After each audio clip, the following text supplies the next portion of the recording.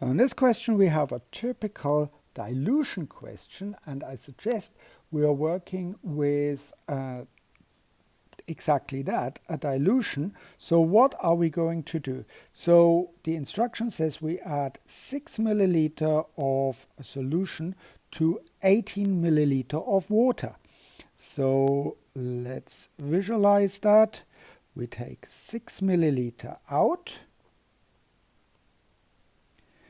and we have 166.5 millimolar here, and place that into another vessel where we've got already 18 milliliter in it.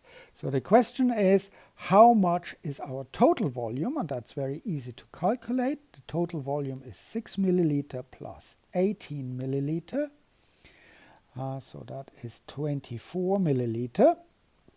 And therefore we make a dilution of 6 milliliter in a total of 24 milliliter.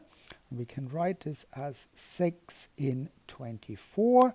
And we can write this also as 1 in 4.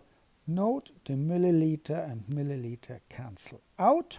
And basically that is our dilution. So we make a 1 in 4 dilution of our 166.5 millimolar solution.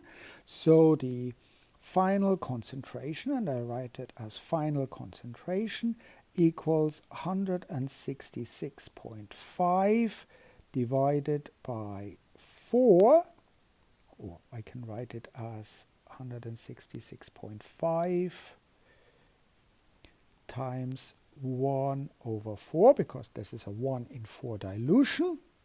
And let's put that into the calculator. We have 166.5 divided by 4, and we have 41.63 millimolar concentration. So that gives us 41.625 millimolar concentration. That is our final concentration when we carry out this dilution step.